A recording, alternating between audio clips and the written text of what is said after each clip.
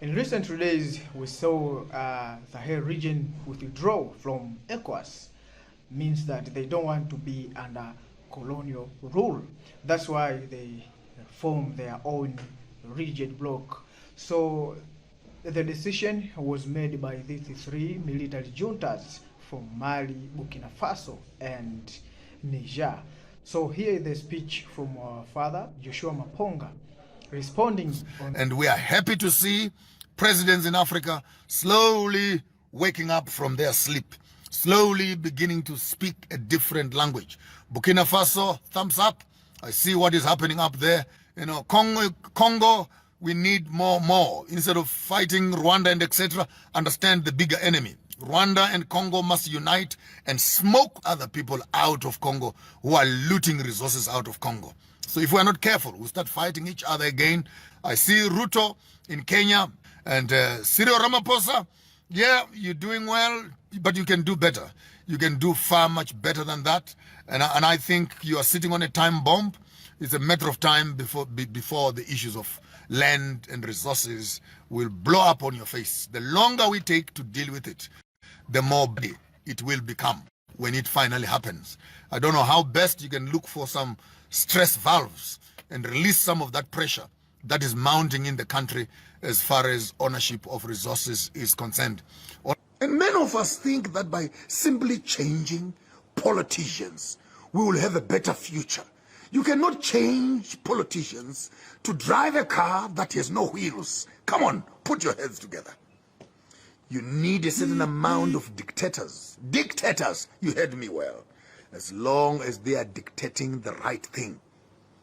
A leader must have a vision and an idea as to where are they going, what do they want to achieve and accomplish, and give them an opportunity to do so. Give them some leeway. Number three, you walk into the government, you find there's laws, there are laws. That's where the law of the land. Who must own the land? Who cannot own the land? Who must buy what? Who cannot buy what? Who must trade in this? Who cannot trade in that? Who can mine that? Who cannot mine that? Who can ship that? Who can export? Who can import? Who can what? And all these laws that you are struggling with were not written by black people. They were not written by you. They were written by the colonialists. Now you walk into power. You think you're in power, but you're not in control.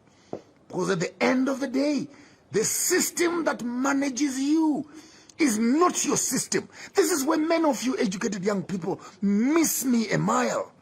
But there's very little you can do because you are running an African hardware with a Eurocentric software. I want to speak to the Caribbean and I want to speak to the Africans that we need to start developing a new set of leaders who are informed when it comes to the transformation, the changes that we need to adapt the system. If need be, create parallel systems. Here you find a Eurocentric white system where all your goods are insured. Don't remove it from power. Keep them there.